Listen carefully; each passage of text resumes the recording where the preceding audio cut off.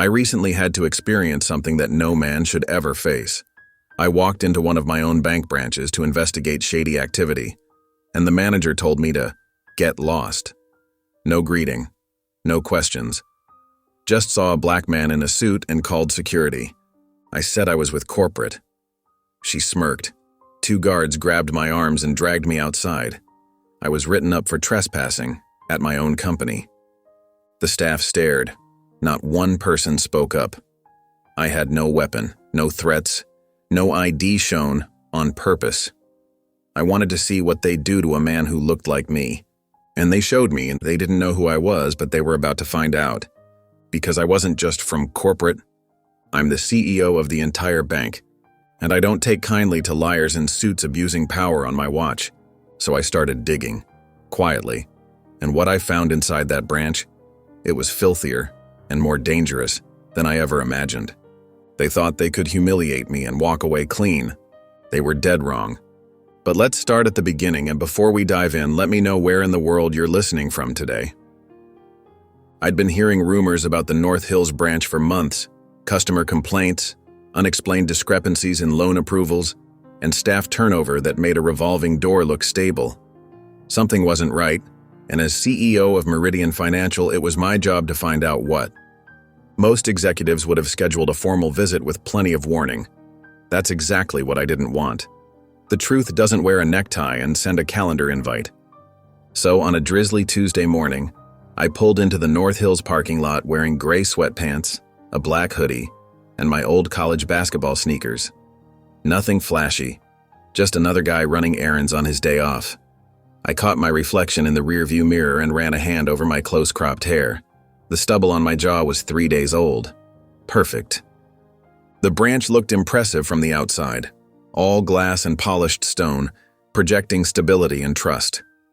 Our marketing team had done their job. I took a deep breath and stepped through the automatic doors. Inside, the air was cold enough to preserve meat. 4 teller windows, 3 occupied. 2 loan officers at desks to the right, both with customers. A security guard by the door nodded at me without really seeing me. I stood back, watching. The woman at the first teller window was being told she'd have to wait 5 business days for her check to clear. Policy. The man at the second window was getting the premium treatment. Smiles, expedited service, exceptions. I noted the difference in their skin tones. Coincidence? Maybe once. But the pattern continued with the next customers. After 15 minutes of observation, I approached the help desk. The young woman looked up from her computer. "How can I help you today, sir?" Her smile was professional but guarded. "I'd like to speak with the branch manager, please." Her eyes flickered over my casual clothes. "Regarding branch operations, I'm from corporate." Her eyebrows rose slightly, but before she could respond, a sharp voice cut through the lobby. "Can I help you?" I turned to see a woman in her late 40s striding toward me. Everything about her screamed management, from the perfectly styled blonde hair to the navy blue suit with a Meridian pin on the lapel. Her smile was fixed in place like it had been installed rather than earned. "I'm looking for the branch manager," I said. "That would be me. Connie Wilson." She didn't offer her hand. Instead, she looked me up and down, her smile tightening. "Are you lost? The community center is 2 blocks east." My jaw clenched. I'd been prepared for incompetence, not this. The implication hung in the air between us, as subtle as a slap. "I'm not lost," I said, keeping my voice level. "I'm with corporate. I'd like to discuss some operational concerns." Her eyes narrowed. "Corporate? I wasn't informed of any visit today. Do you have identification?" I had my ID, of course, but something told me to hold back. "I'm conducting an informal assessment. Your branch has shown some concerning patterns in the quarterly reviews." Connie's smile vanished completely. She glanced toward the security guard, then back at me. "Sir, I don't know who you are, but we don't just allow people to walk in claiming to be from corporate without proper credentials." "I understand your concern," I said, but she cut me off with a raised hand. "Marcus," she called to the security guard, "could you come here, please?" The guard, a heavyset man with a buzz cut, approached quickly. Another guard appeared from somewhere in the back. "This gentleman claims to be from corporate," Connie said, emphasizing the word claims like it was ridiculous on its face. "He has no identification and is refusing to leave." "I never said I was refusing to leave," I pointed out. Marcus stepped closer, hand resting on his belt. "Sir, I'm going to have to ask you to exit the building." I looked between them, calculating. I could pull rank now, show my ID, watch Connie's face drain of color as she realized she'd just called security on the CEO. It would be satisfying, but it wouldn't get me what I really wanted, the truth about what was happening at North Hills. "There's no need for this," I said calmly. "I'm happy to." The second guard grabbed my arm, hard. "Hey," I said, jerking back instinctively.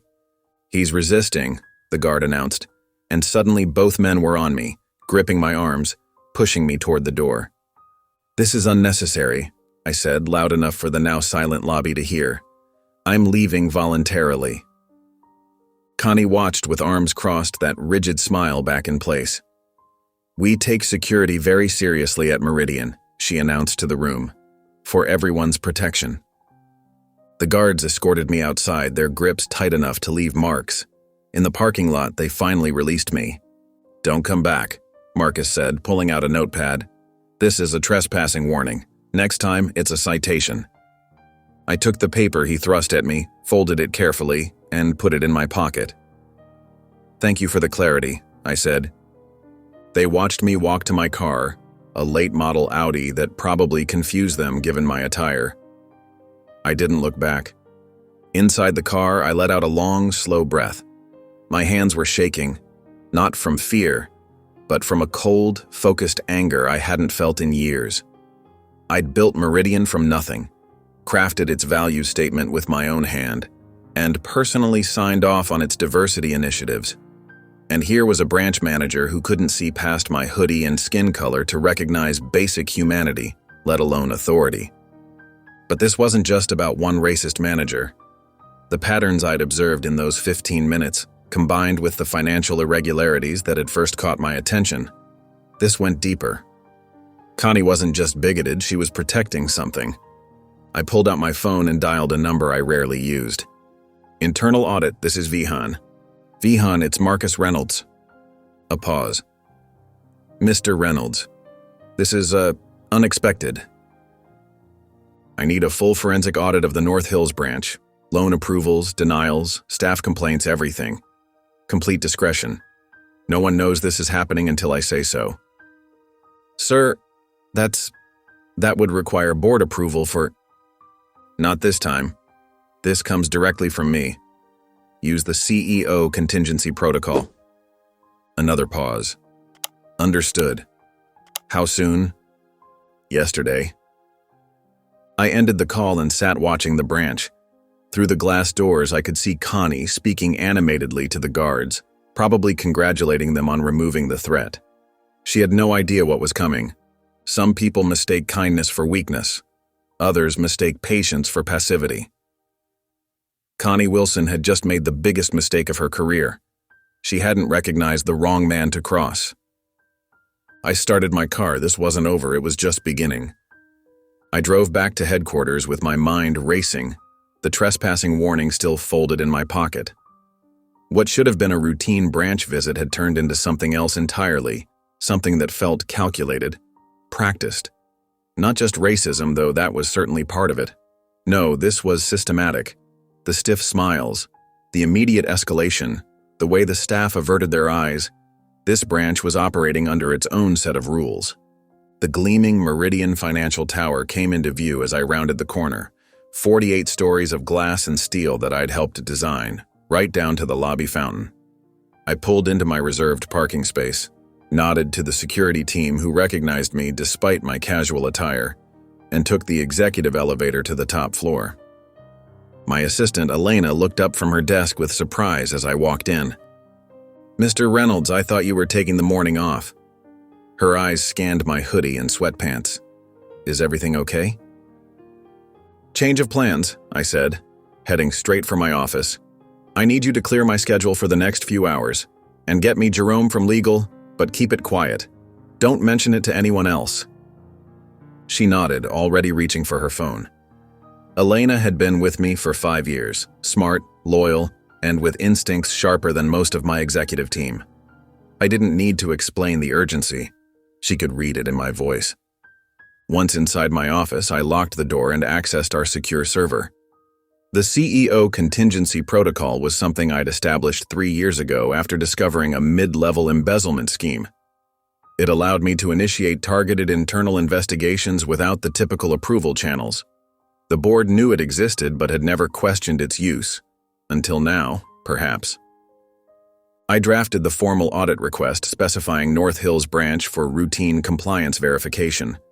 The language was deliberately bland, but the authorization code I attached would signal Vihan to deploy his most thorough team.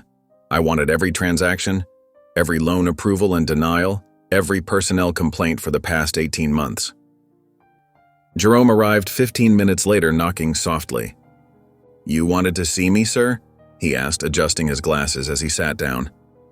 "I need to discuss something confidentially," I said, sliding the trespassing warning across the desk. "I received this today." He picked it up, frowning. "From where?" "Our North Hills branch." His eyebrows shot up. "They issued a trespassing warning to the CEO?" "They didn't know who I was. I was dressed like this, doing an unannounced visit."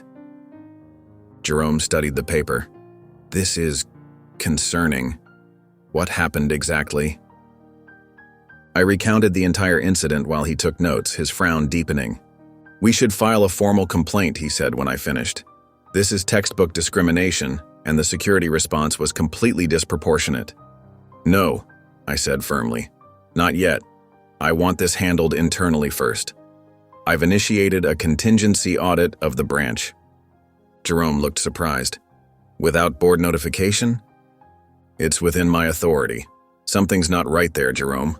I need to know what before this becomes a public issue." He nodded slowly. "I understand. But if there's systemic discrimination happening at one of our branches, then we'll address it comprehensively," I assured him. "But I need facts first. Keep this between us for now." After Jerome left, I spent the next few hours reviewing the preliminary data we already had on North Hills. Loan approval rates, customer demographics, staff turnover. Nothing jumped out immediately, but the picture was incomplete. I needed Vihan's team to dig deeper. Around 4 o'clock, my door flew open without a knock. Elena stood there, her usual composure completely gone. "What's wrong?" I asked, standing immediately. She closed the door behind her. "The board just called an emergency meeting for tomorrow morning at 8 a.m. "What? Who authorized that?" "Williamson," she said, naming our board chairman. "The calendar invite just went out to all board members." "What's the agenda?" Elena's eyes met mine, and I saw real fear there. "Review of executive conduct and leadership fitness assessment." She swallowed. "Your name is specifically mentioned." My blood went cold. This wasn't coincidence. Someone had moved fast, too fast, after this morning's incident. Who else knows about this?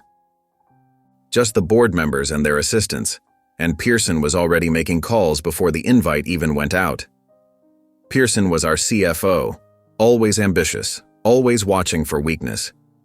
I sat back down, mind working rapidly.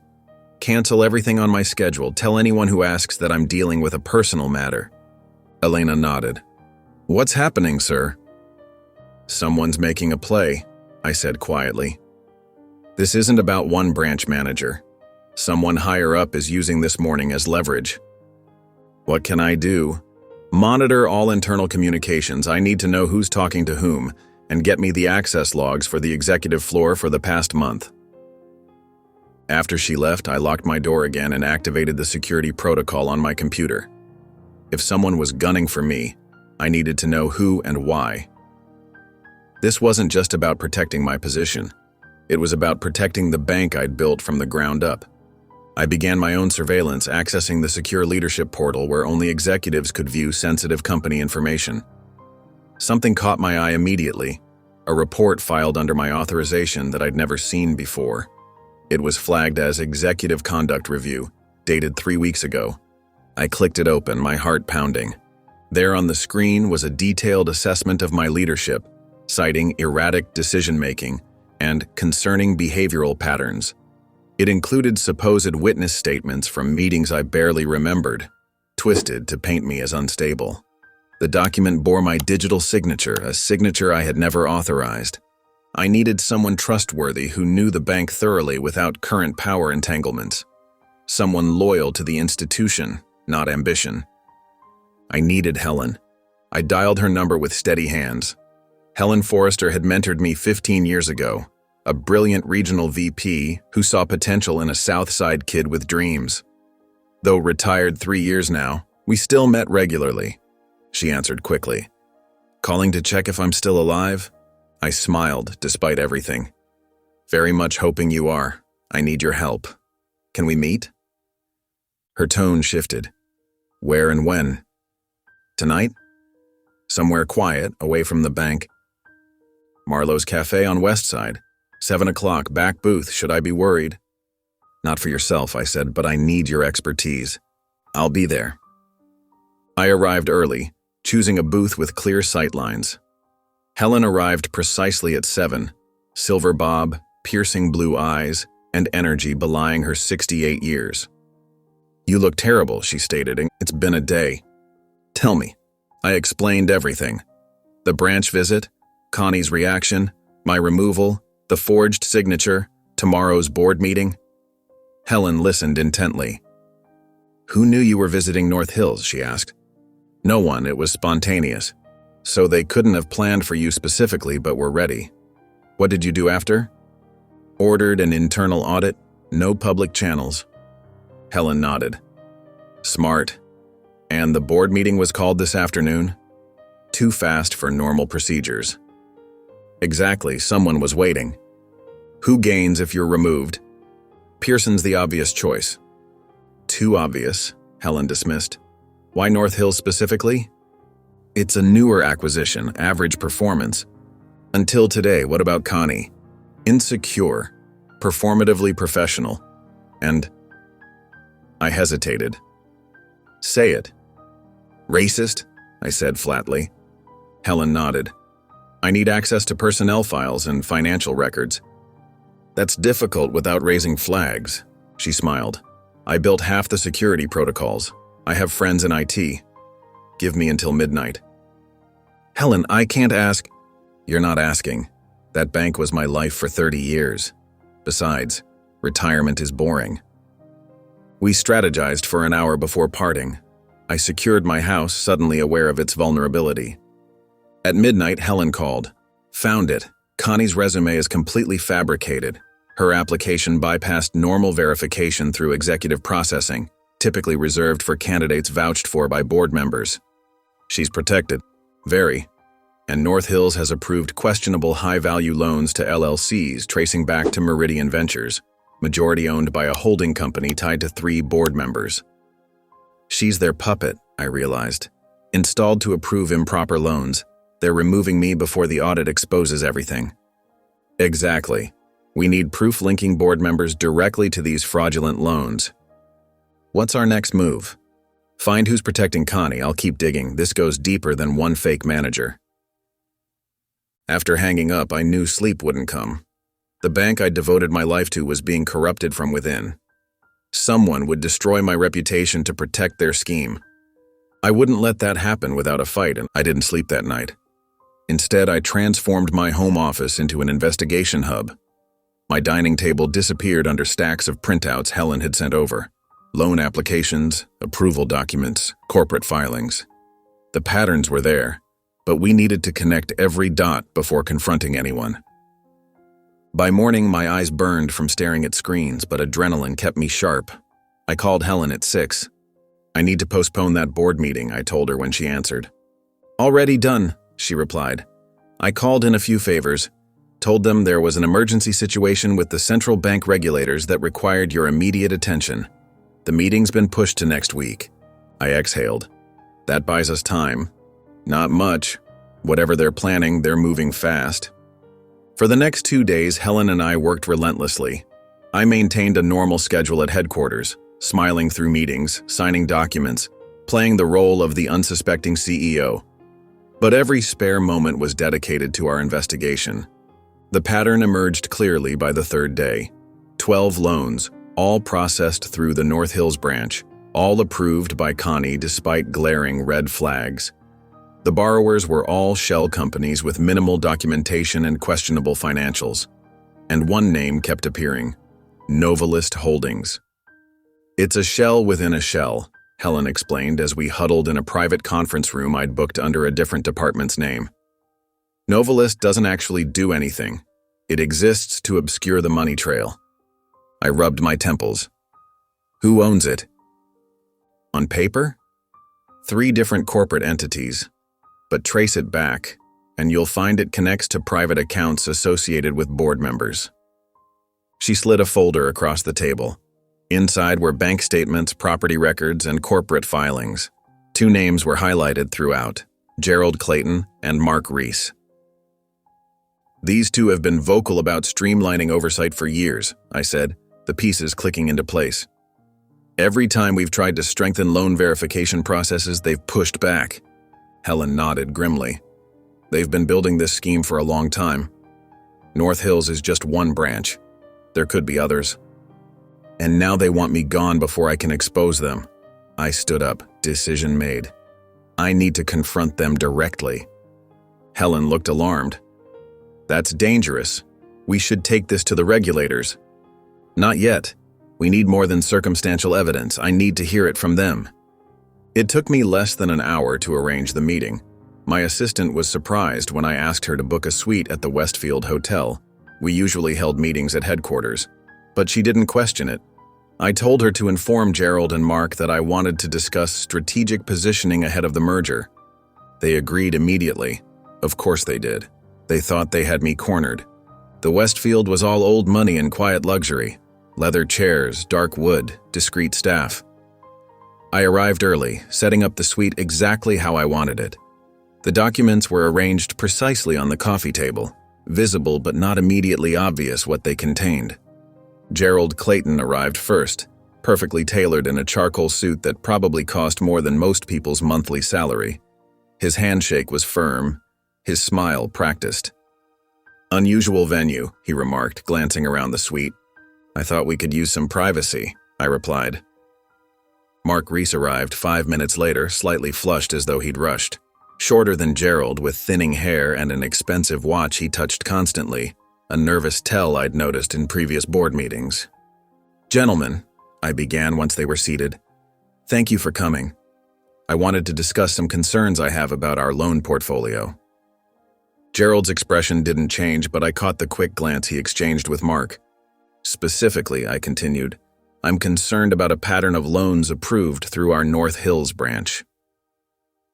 I slid the first document across the table, a loan approval for $2.4 million to a company that, on paper, had only existed for 3 months. "This loan was approved despite the borrower failing to meet 4 of our 7 core requirements," I said calmly. "The branch manager overrode the standard protocols." Mark cleared his throat. "I'm not sure why you're bringing branch-level decisions to board members." "Because the money went here."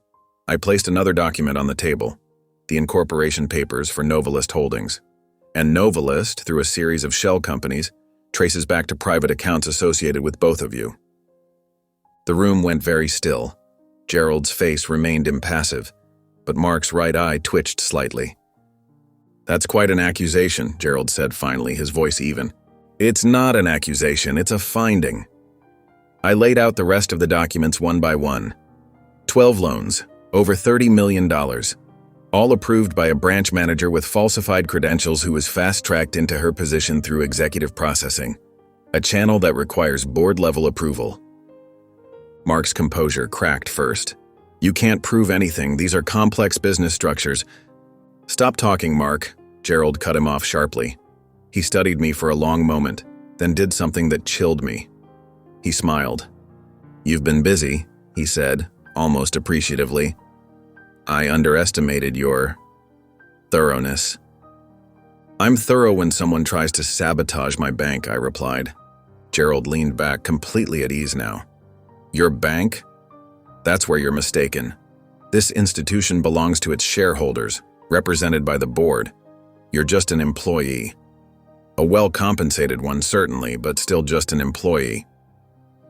An employee with a fiduciary duty to report fraud? Fraud is such an ugly word, Gerald said. We prefer strategic investment. Mark had regained some composure. Look, we can work something out here. There's no need for this to become messy. I agree, I said. Resign from the board, return the money, and I won't press charges. Gerald actually laughed. That's not how this works. You've got 5 days before the merger.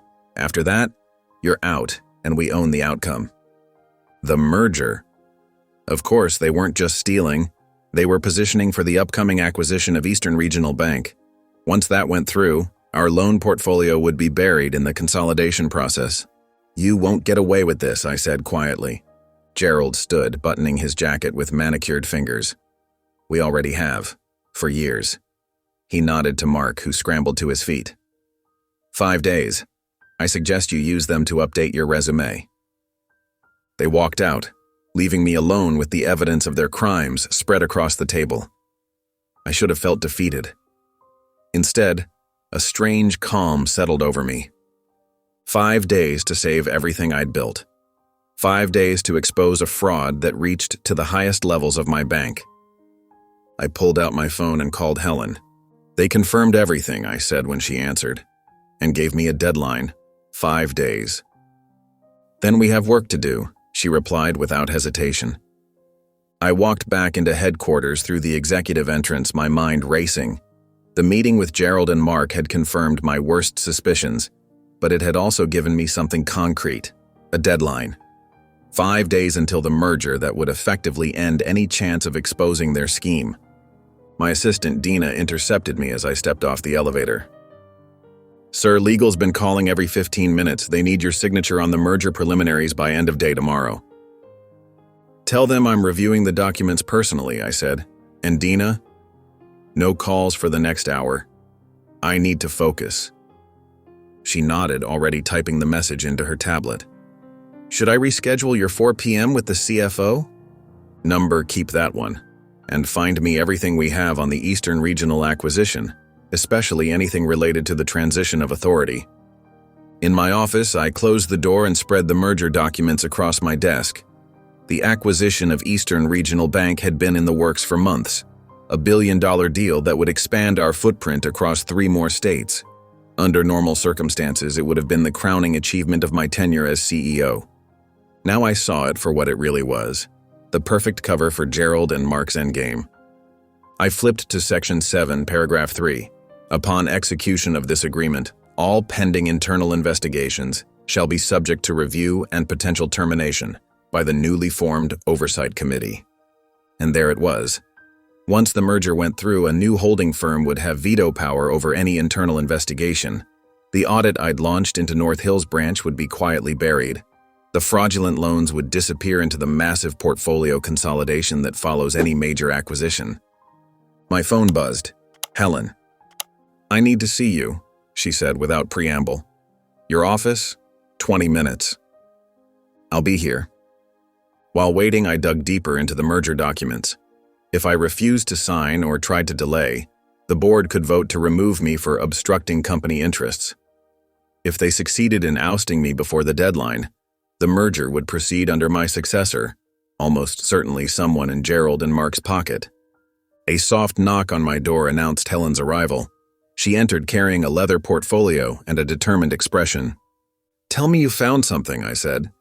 She sat down across from me. I've been making calls to former colleagues, people who wouldn't show up on any official contact lists. And I found someone who used to work with Connie at North Hills, a teller who was let go last year. Helen pulled out a notepad. According to my source, Connie keeps meticulous records of every transaction she approves, especially the questionable ones. Insurance, I said, understanding immediately. Protection in case Gerald and Mark ever try to hang her out to dry. Helen nodded. A digital ledger, names, dates, account numbers, everything, but she doesn't keep it on the bank's servers. Smart. Our cybersecurity team would flag unauthorized encryption in a heartbeat. My source believes Connie keeps it in a safe deposit box at North Hills. I felt a surge of adrenaline. Inside her own branch. Hidden in plain sight, Helen confirmed. Box 723. I stood up and walked to the window, looking out at the city skyline as the implications sank in. That ledger could be the smoking gun we needed. Concrete proof linking the fraudulent loans to Gerald and Mark. We need that ledger, I said finally. I know, but how? You've been banned from the premises. If you show up again, I'll be arrested for trespassing. I turned back to face her, but I'm still going in. Helen's eyes widened. You can't be serious. Deadly serious. Look at these merger documents. I gestured to my desk. In 5 days, they win everything. The ledger is our only shot at stopping them. Then send someone else, security, internal audit. We can't trust anyone else with this, I interrupted. We don't know how far their influence reaches. Besides, even the CEO can't authorize breaking into a customer's safe deposit box without court orders or regulatory approval. That would take weeks. So what's your plan? Walk in the front door and ask Connie to hand over evidence of her own crimes? I allowed myself a small smile. Number, I'm going to use the one advantage we have. They still don't know that I know. Helen frowned. Explain. Connie saw me as some random black guy in gym clothes. She never recognized me as the CEO. And the citation I received listed me as John Williams. I gave the security guard my middle name and last name. So your identity is still protected, Helen said slowly, catching on. Exactly. As far as Connie knows, some guy named John Williams tried to enter her branch, claimed to be from corporate and got thrown out. She has no idea who I really am. But how does that help you get to the safe deposit box? I sat back down and leaned forward. Every safe deposit box requires 2 keys to open, the customer's key and the bank's master key. The master key is kept in the branch manager's office. You're going to steal Connie's master key? Helen looked skeptical. Number, I'm going to make her give me access. I pulled out my phone and pulled up the bank's organization chart. The regional director for North Hills is Thomas Meacham. He reports directly to me, but I doubt he's involved in this scheme. He's new, only been with us 8 months. So tomorrow morning, Thomas is going to receive instructions to conduct a surprise audit of all safe deposit box access protocols at North Hills branch, and he's going to bring along his new assistant. You, Helen finished. Me, John Williams, special projects analyst from compliance, wearing glasses, a different suit than I'd normally wear, and carrying enough paperwork to look legitimate. Helen considered this for a moment. It might work, but what if Connie recognizes you? She won't be looking for me. People see what they expect to see. A black man in sweats trying to enter through the customer entrance? That triggered her prejudice. A compliance officer with proper ID, arriving with her boss for an official audit. Different story entirely. And once you're inside, I'll need to get Connie away from her office long enough to access the master key. Then I'll need a distraction to access box 723. Helen nodded slowly. I can help with the distraction, but getting that ledger out of the building without being caught? One problem at a time, I said. First, I need to get inside that branch again. I looked down at the merger documents, the billion-dollar deal that was supposed to be my legacy, now twisted into a weapon against me. Then I looked at Helen, whose fierce loyalty had never wavered. This is risky, she said quietly. If you're caught, if I do nothing, I lose everything anyway. I straightened the papers on my desk. Make the call to Thomas. Tell him I need to see him first thing tomorrow morning. Don't mention North Hills. Helen stood, gathering her things. What about the merger paperwork? They're expecting your signature. I smiled grimly. They'll get it when I'm ready. Right now, we have a bank to save. As Helen left, I turned back to the window, watching the afternoon sun glint off the glass towers of the financial district. Somewhere in those buildings, Gerald and Mark thought they had won. They had no idea what was coming.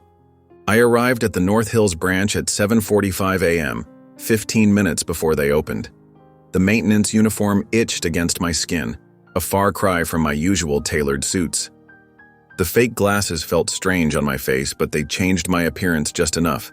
In my hand, I clutched a clipboard with falsified work orders. My meeting with Thomas Meacham had gone perfectly.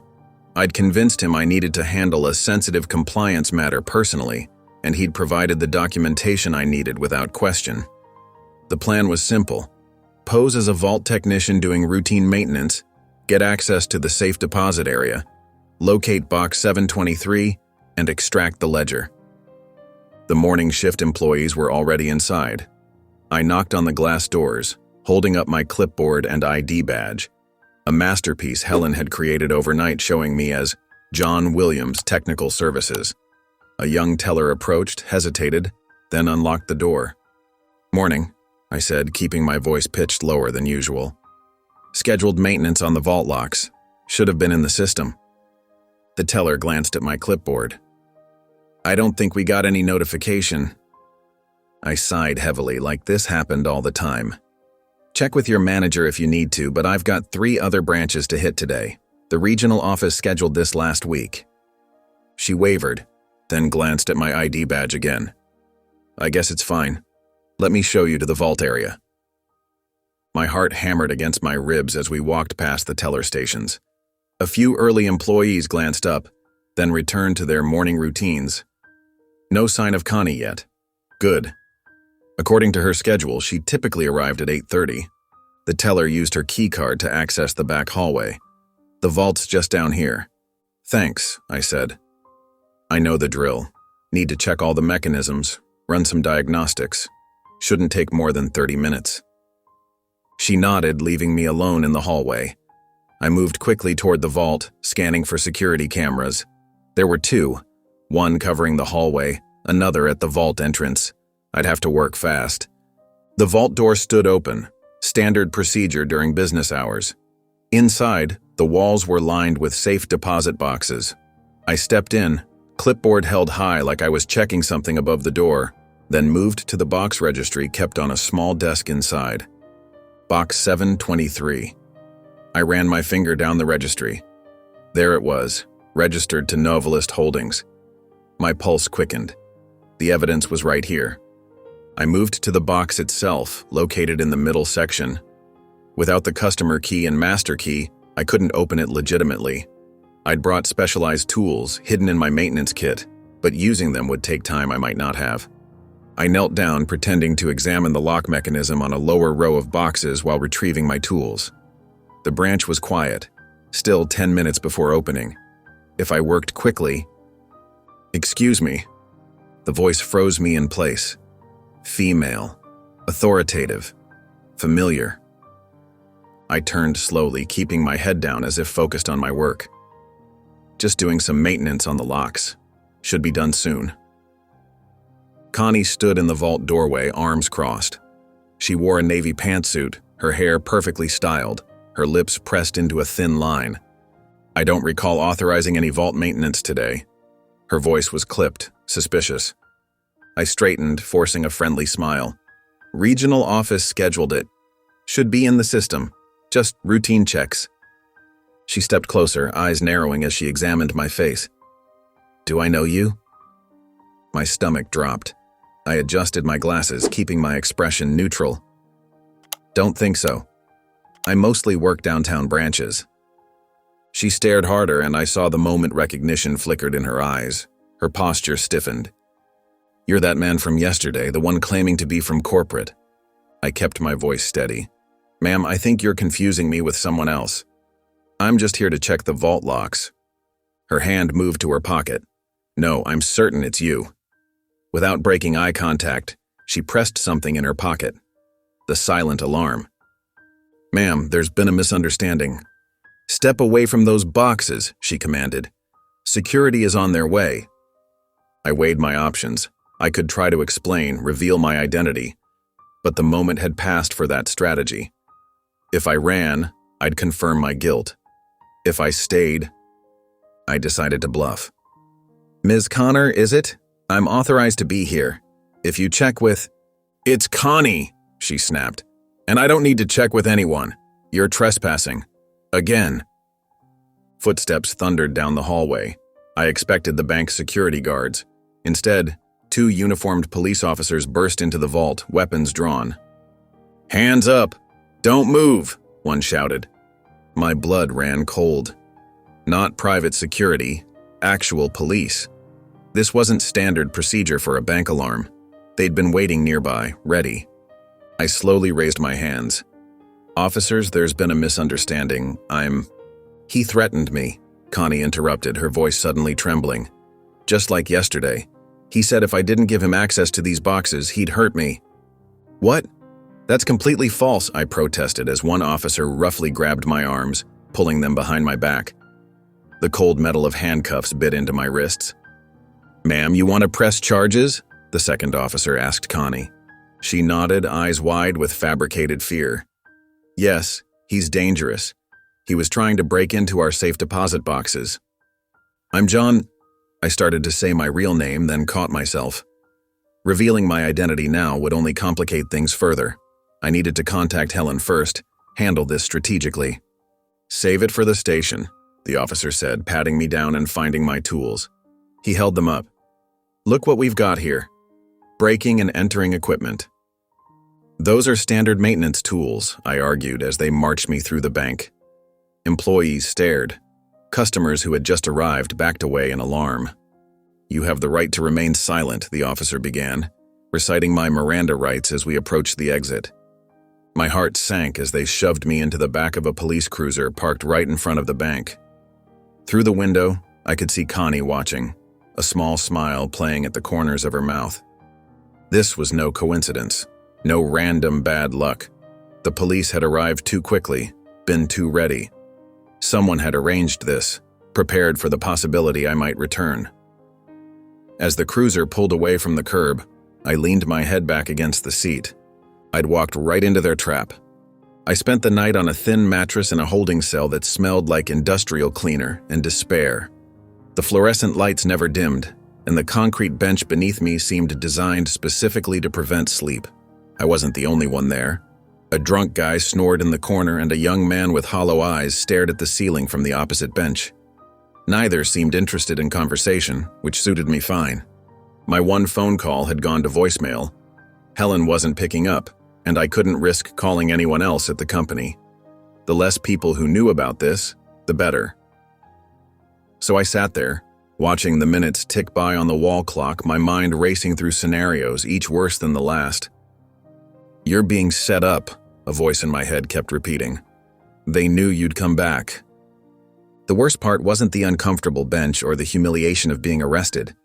It was the helplessness, being trapped while Gerald and Mark were free to continue whatever they had planned. Every minute I spent in this cell was another minute they had to cover their tracks. Around 5 a.m., a guard appeared at the bars. "Anderson," he called out, "you're being released." I blinked, certain I'd misheard. "What?" "Charges dropped. Let's go." I followed him down a sterile hallway to process out, my legs stiff from the night on that bench. The officer at the desk handed me a plastic bag containing my wallet, keys, and phone. "Someone pulled some strings," he muttered as I signed the release form. "Lucky you." Lucky wasn't the word I'd have chosen. Someone wanted me out, which meant someone knew I was in. The question was, who and why? Outside, dawn was breaking over the city. The air felt unusually fresh after a night in that cell. I checked my phone. Dead battery. Perfect. I hailed a cab and gave the driver the address for headquarters. "Rough night?" the driver asked, eyeing my rumpled maintenance uniform in the rearview mirror. "You could say that," I replied, turning to watch the city wake up through the window. By the time we pulled up to the gleaming glass tower of my company's headquarters, I'd composed myself as best I could. It was early enough that the lobby would be nearly empty. I could slip in, get to my office, and change into the spare suit I kept there before anyone important saw me. I paid the driver and stepped out, straightening my shoulders. The security guard at the front desk did a double take as I approached. "Mr. Anderson, sir, is everything—" "Everything's fine, Carl," I said, forcing a smile. "Just had to handle some undercover work. I'd appreciate your discretion." "Of course, sir," he nodded, buzzing me through. The elevator ride to the executive floor felt endless. When the doors finally opened, I stepped out cautiously, hoping to avoid any early arrivals. Instead, I found Helen sitting in my assistant's chair, her silver hair pulled back in a neat bun, her blue eyes alert despite the early hour. She wore the same clothes as yesterday, suggesting she hadn't been home either. "Thank God," she said, standing up. "I've been trying to reach you all night." I gestured to my maintenance uniform, been a bit tied up literally. She ushered me into my office and closed the door. "I know. I've been monitoring the police frequencies. What happened?" As I quickly changed into my spare suit behind the privacy screen in my office bathroom, I filled her in on the events at the bank. Connie's recognition, the alarm, the police appearing with suspicious speed. They were waiting for me, I concluded, emerging in fresh clothes, feeling marginally more human. The whole thing was a setup. Helen's expression was grim. "It gets worse. While you were in custody, someone accessed the North Hills branch vault. Every single safe deposit box in Section C was emptied." My blood ran cold. "What? How is that possible?" "Digital authorization," Helen said, pulling up records on her tablet. "The system logs show executive clearance was used to override normal protocols. The contents were transferred to an external secure facility at 11:42 p.m. I sank into my chair, the implications hitting me like a physical blow. "Executive clearance. That's board level." "Yes," Helen confirmed. "And there's more. The transfer was flagged for review, but someone immediately approved it. Someone with administrative access to our security protocols." The betrayal slammed into my chest like a wrecking ball. One of our own people. "It has to be," Helen said quietly. "Someone close to you. Someone with high-level access." I closed my eyes, processing this new reality. The circle of people with that kind of clearance was small: my executive team, a handful of senior directors, and my immediate staff. People I'd personally vetted, people I trusted.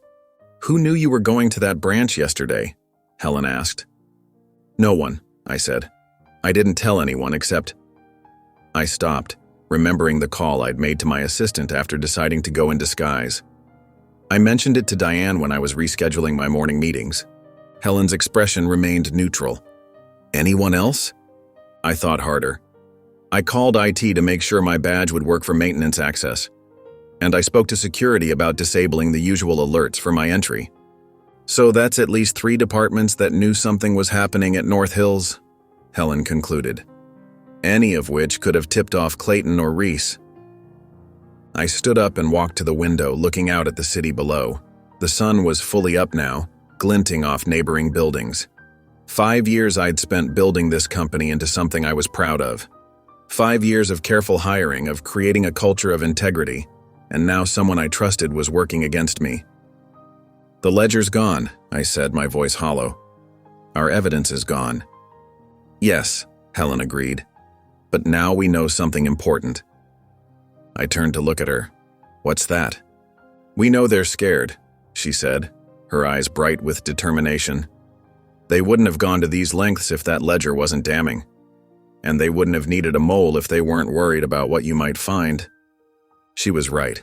I straightened my tie, feeling my resolve harden. "So we have a mole," I said. "Someone close to me is feeding information to Clayton and Reese." Helen nodded grimly. "And we have less than 4 days until the merger deadline." I took a deep breath. "Then we need to smoke them out. All of them." I stared at my reflection in the darkened monitor of my office computer. The face looking back at me was haggard, eyes bloodshot from a night in a holding cell. I'd powered down everything: my phone, tablet, even the smartwatch. The only device running was Helen's personal laptop, disconnected from our network. "You think they're monitoring all our communications?" I asked, keeping my voice low despite the office being empty at this early hour. Helen nodded, typing furiously. "If they have someone inside your circle with admin access, we have to assume they're watching everything. Emails, calls, security footage, badge swipes. The works." I paced the length of my office, careful to stay away from the windows. The blinds were drawn, but paranoia was now my constant companion. "I've isolated the internal server logs," Helen said. looking for unusual access patterns over the last week. And it's going to take time. Whoever's doing this is covering their tracks well. I stopped pacing and braced my hands against my desk, head hanging low. Maybe I should just walk away. Helen's typing paused. What? You heard me? The words tasted bitter, but they'd been circling my mind since the police car door had slammed behind me. I could resign, go public with what we know, burn it all down on my way out. And then what happens? Helen challenged, her voice taking on that steel edge I remembered from my early days when she'd been my mentor. The merger goes through without you. Clayton and Reese install their puppet CEO. The fraud continues, probably expands, and you're painted as the disgruntled ex-executive making wild accusations. I straightened up, rubbing my face with both hands.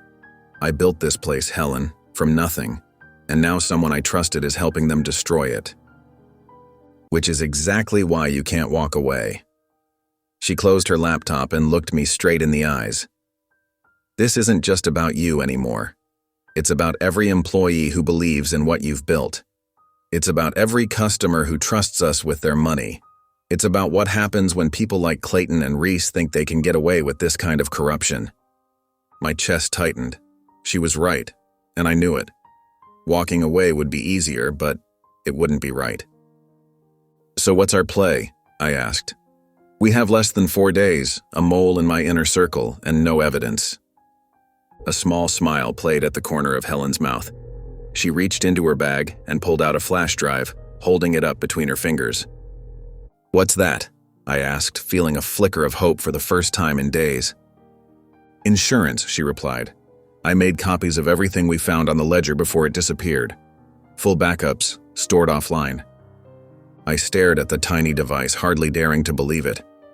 You're serious? You have copies of the loan documents, the shell companies? All of it? Every bite, Helen confirmed. I've been doing this a long time, kid. First rule of corporate warfare. Always make backups of your ammunition. I reached for the drive, but Helen pulled it back slightly. That's not all. She plugged the drive into her laptop and opened an audio file. The sound of a woman's laughter filled the room. Familiar, smug, unmistakable. Is that Connie? I asked. Helen nodded and turned up the volume. It's so easy when the guy looks like trouble, Connie's voice said clearly. Security didn't even question it. One look at him in those sweats, and everyone just assumed he didn't belong.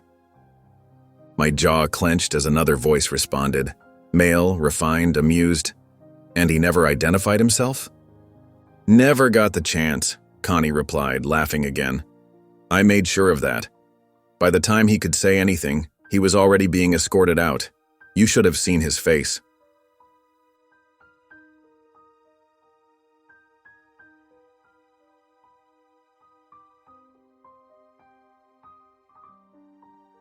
Helen stopped the recording and looked up at me. I planted a bug in her office after our first conversation. I've got hours of material, including calls with both Clayton and Reese discussing the merger and your removal. I felt a surge of something powerful, vindication maybe, or just the return of hope. This is it, I said, staring at the flash drive. This is what we need.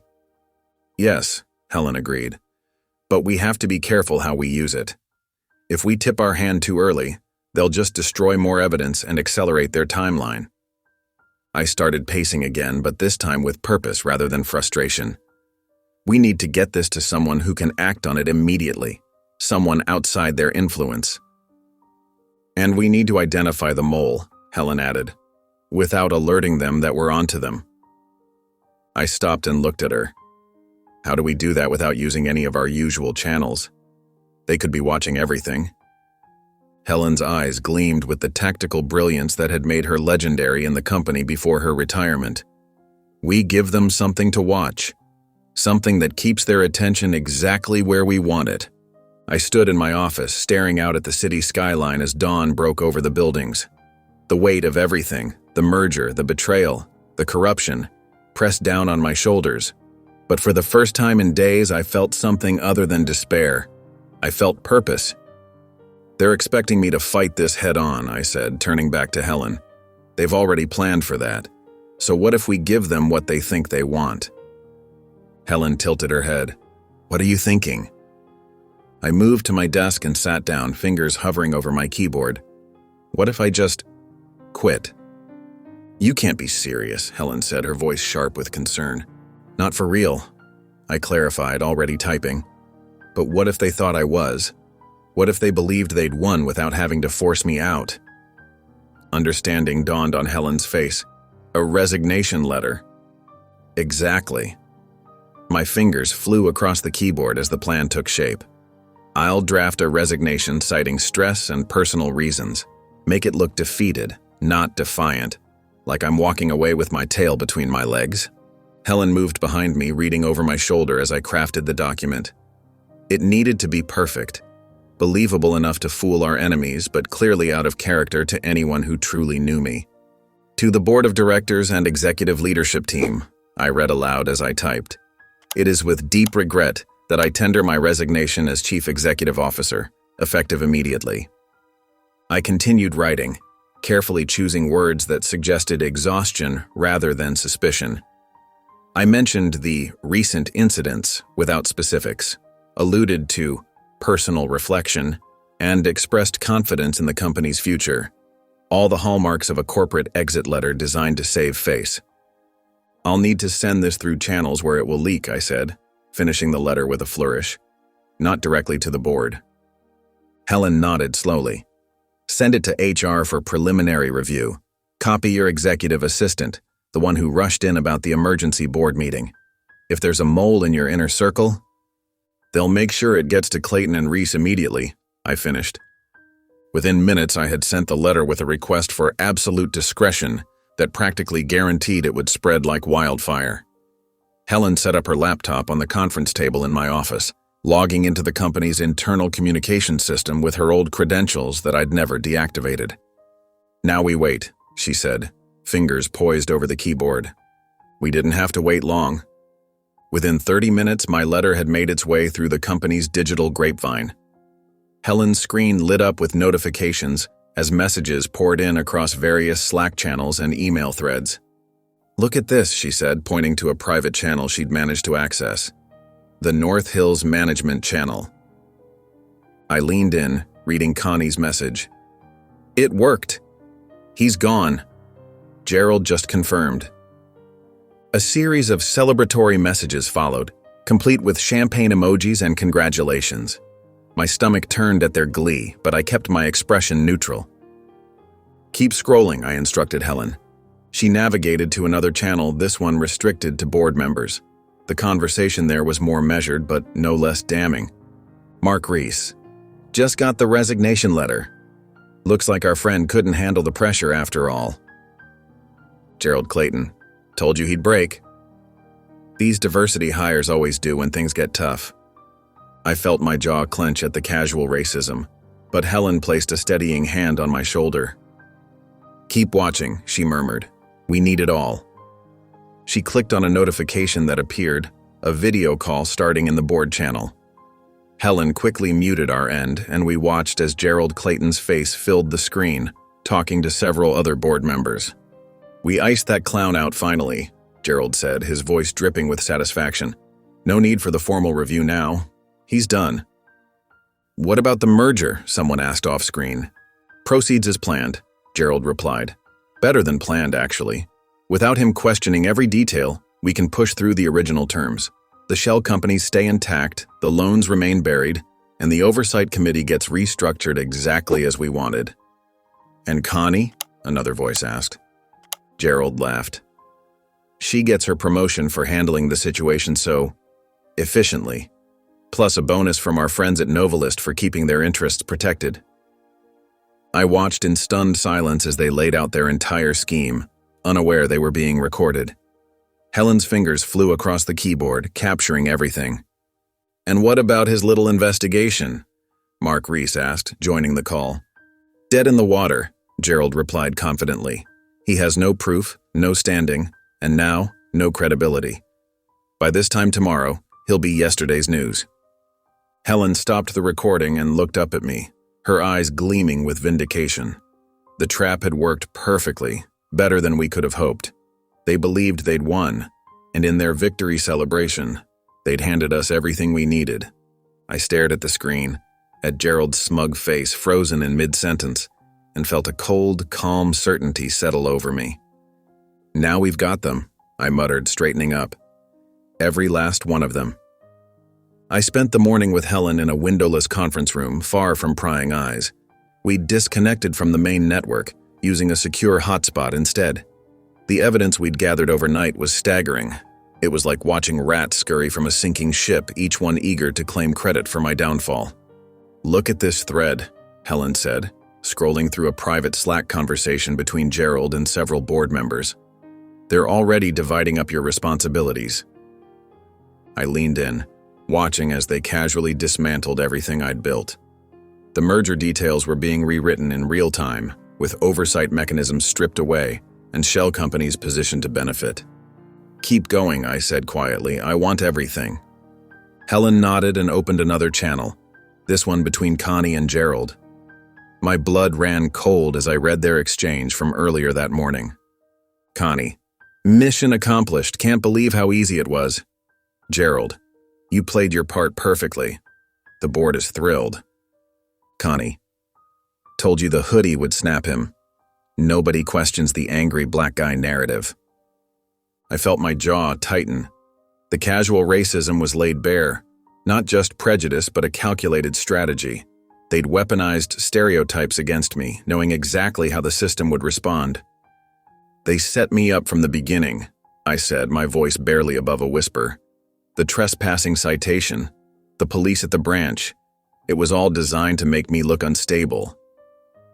Helen's fingers flew across the keyboard, capturing screenshots and downloading chat logs. And they documented every step of it, the fools. We worked methodically through the morning, gathering evidence from every corner of the company's digital infrastructure. Helen had set up automated scripts to capture new messages as they appeared, creating a real-time record of the conspiracy unfolding. By noon, we had assembled a devastating case: financial fraud, falsified credentials, racial discrimination, and corporate sabotage, all documented in their own words. The digital paper trail led straight to Gerald, Mark, and a half-dozen board members who'd profited from the scheme. "We need to secure this immediately," I said, watching as Helen compiled everything onto an encrypted drive. "If they realize what we've done—" "Already ahead of you," Helen replied, sliding the drive into a padded envelope. "I have a contact at the Federal Banking Commission. Former colleague, absolutely trustworthy. She'll make sure this gets to the right people." I nodded, feeling the first flicker of hope I'd had in days. "Send it now. Don't wait." Helen made the call, speaking in clipped, careful phrases. 20 minutes later, a serious-looking woman in a dark suit arrived at the building's side entrance. I watched from the window as Helen handed over the envelope, the two women exchanging a few words before the courier disappeared into a waiting car. "It's done," Helen said when she returned. "Even if they try to bury it internally, there's a federal record now." I exhaled slowly. "Good. Now let's prepare for tomorrow." We spent the afternoon drafting a statement for the emergency board meeting I planned to call. The merger deadline was now just 2 days away. Plenty of time to expose the fraud and reset the terms. With federal authorities involved, Gerald and his cronies would have nowhere to hide. "We should check if there's been any reaction yet," Helen said around 6 that evening, opening her laptop again. They might have realized the resignation letter was fake. She logged back into the system, navigating to the board's private channel. The screen flickered once, twice, then went black. "What the—" Helen's fingers flew across the keyboard trying to restart the system. The screen came back to life, but instead of the Slack interface, there was only a command prompt window, scrolling with code. "Someone's in the system," she said, her voice tight with alarm. "They've got remote access." I watched in horror as files began disappearing from her desktop, vanishing one by one. Helen frantically tried to stop the process, typing commands I couldn't follow, but it was too late. The intrusion was systematic and thorough. "They're wiping everything," she said, her face pale in the blue light of the screen. "All our local copies, all the backups." The screen went black again, then displayed a simple message. System reset complete. Helen stared at the empty laptop, her hands frozen above the keyboard. When she finally looked up at me, her eyes were like ice. They know we're onto them, she said quietly. They must have detected our activity in the system. This wasn't random. This was targeted. I felt a cold weight settle in my stomach. What about the federal copy? The one we sent out? Safe, Helen confirmed. But all our working files, all the additional evidence we were compiling, it's gone. She closed the laptop with a decisive click. When she spoke again, her voice was steel. We've got one shot left, she said. Tomorrow's board meeting. Everything rides on it now. I barely slept that night. Every time I closed my eyes, I saw Connie's smug face, Gerald's cold smile, the flash of handcuffs in the North Hills branch. They'd taken everything I'd built and twisted it against me. They'd used my race, my appearance, my entire identity as a weapon. Not anymore. I rose before dawn, showered, and dressed with methodical precision. Dark blue suit, crisp white shirt.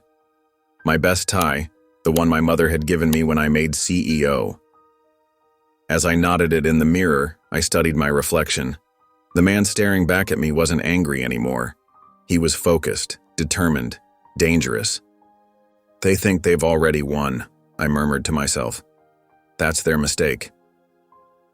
Helen arrived at my apartment at 6:30, carrying a small leather briefcase and looking as battle-ready as I felt. Her silver hair was pulled back in a severe bun, her blue eyes sharp behind rimless glasses. Ready? She asked simply. I nodded.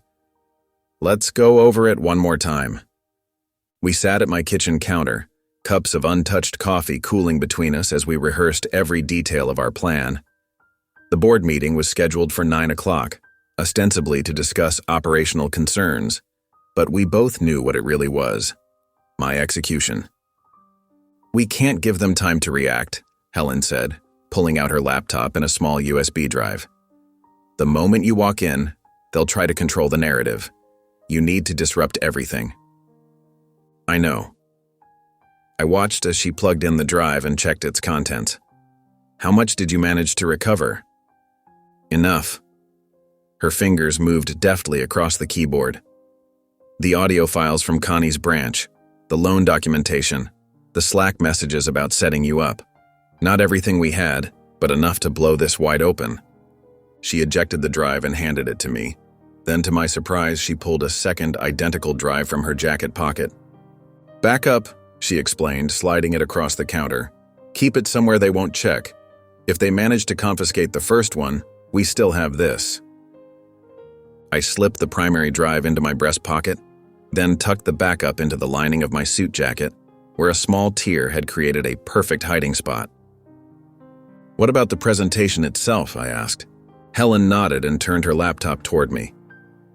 I've created a simple slide deck, nothing fancy, just screenshots, transaction records, and timestamps. The evidence speaks for itself. We spent the next hour reviewing each slide, rehearsing my talking points, anticipating objections. By 8:15, we were as prepared as we could be. We should head out, I said, standing. I want to be there early. Just as I reached for my coat, my phone buzzed. A text from my assistant. They've tripled security outside the boardroom. 6 guards. All new faces. No one's allowed in without clearance. I showed Helen the message. Her mouth tightened. It's a setup, she said. They're making sure you can't get in. I typed back quickly. Any word on who authorized it? The response came immediately. Reese said it was standard protocol for sensitive discussions. Everyone's buying it. Of course they are, I muttered. Mark Reese playing his part perfectly. One more thing, my assistant added. They've collected all phones and devices at the door. No electronics allowed in the meeting. Helen and I exchanged glances. That complicated things. Without access to the digital evidence, we'd have to rely on the USB drives alone, and we'd need to get them to a computer inside the boardroom. Your assistant, Helen said suddenly. Is she still allowed in? I nodded. She's expected to take minutes. Good. Text her. Tell her to make sure her laptop is already set up before the meeting starts. I sent the message while Helen packed up her things. My assistant's reply came back almost immediately. Already done, it's the only device they're allowing. What should I do? I hesitated, then typed, nothing, just be ready. I didn't want to put her at risk by telling her too much. If our plan failed, she could honestly claim ignorance. They're watching for you, she texted. Security has your photo. I felt a cold smile spread across my face as I replied, good, let them watch. I slipped the phone into my pocket and looked at Helen. Ready? She nodded, her eyes gleaming with a fierce light. More than ready. Let's go take back your company. We walked out together, the morning sun bright against the glass towers of the financial district. In my pocket, the USB drive felt like it weighed 100 pounds. The physical manifestation of truth, of justice, of everything I'd worked for. The drive to headquarters took 20 minutes. Neither of us spoke much. There was nothing left to say. The plan was set. The evidence was secure. Now it was just a matter of execution. As we pulled into the underground parking garage, Helen reached over and squeezed my hand briefly. Whatever happens in there, she said quietly, I'm proud of you. Not many would have the courage to face this head-on. I nodded, throat suddenly tight. Couldn't have done it without you. Yes, you could have, she replied with a small smile, but I'm glad you didn't have to. We parked and made our way to the elevator. As the doors closed and we began our ascent to the executive floor, I felt a strange calm settle over me. 30 floors to go. 30 floors between me and the moment of truth. I patted my breast pocket, feeling the outline of the USB drive. Everything I needed was right here. Let them try to stop me. I stepped off the elevator, the familiar weight of my gray hoodie settling on my shoulders. It was the same one I'd worn when Connie had me thrown out of my own branch, a deliberate choice. Let them see me as they'd chosen to. Just another black man in casual clothes, someone they could dismiss. Today, that assumption would be their undoing. Security spotted me immediately. 6 men, all built like linebackers, moved to intercept me before I could reach the boardroom doors. Sir, I'm going to need to see some ID, the lead guard said, stepping directly into my path. This area is restricted. I pulled out my CEO badge and held it up. I believe I'm expected. The guard's eyes widened slightly, but he recovered quickly. I'm sorry, sir, but we have explicit instructions. No one enters without clearance from Mr. Clayton or Mr. Reese. I see. I nodded calmly. And who signs your paychecks exactly? He shifted uncomfortably. Sir, I'm just following orders, I understand. I stepped closer, lowering my voice. But here's what's about to happen. In about 30 seconds, those doors are going to open for the scheduled board meeting. When they do, I'm walking in. You can either step aside now or you can explain to the federal authorities why you physically barred the CEO from entering his own boardroom. The guard glanced at his colleagues, uncertainty flashing across his face. I didn't wait for his decision. I simply stood there, shoulders back, eyes forward, the picture of calm authority. Right on cue, the boardroom doors swung open as the chairman's assistant stepped out to call the meeting to order. The security team hesitated just long enough for me to move past them. Thank you, gentlemen, I said, not looking back. I walked into the boardroom with measured steps, feeling every eye turn toward me. The hoodie had the desired effect. Several board members did double takes, recognition dawning on their faces. Gerald Clayton's expression hardened into stone. Connie, sitting at the far end as a special consultant, nearly dropped her water glass. What is the meaning of this? Gerald stood abruptly. We're in the middle of a vote on your fitness to... My fitness? I smiled, continuing my unhurried walk toward the head of the table. That's exactly what I'm here to discuss. The room fell silent as I approached my assistant's laptop. She kept her eyes down, but I caught the slight nod she gave me. This meeting is adjourned, Gerald announced, his voice rising. We need to recess immediately. I'm afraid I can't allow that, I replied, pulling the USB drive from my pocket. Security! Gerald shouted toward the door, but no one entered. Helen had made sure of that. She was outside, keeping them occupied with a flurry of legal terminology about obstruction of justice. I plugged the USB drive into my assistant's laptop and clicked the first file. The boardroom screen flickered to life with a Slack conversation between Gerald and Connie. G.C. Layton, is it done? Connie, N.H. Yes. Had security escort him out. Cited him for trespassing. G. Clayton. Perfect. Did he make a scene? Connie, N.H. Surprisingly, no. Calm the whole time. G.C. Layton.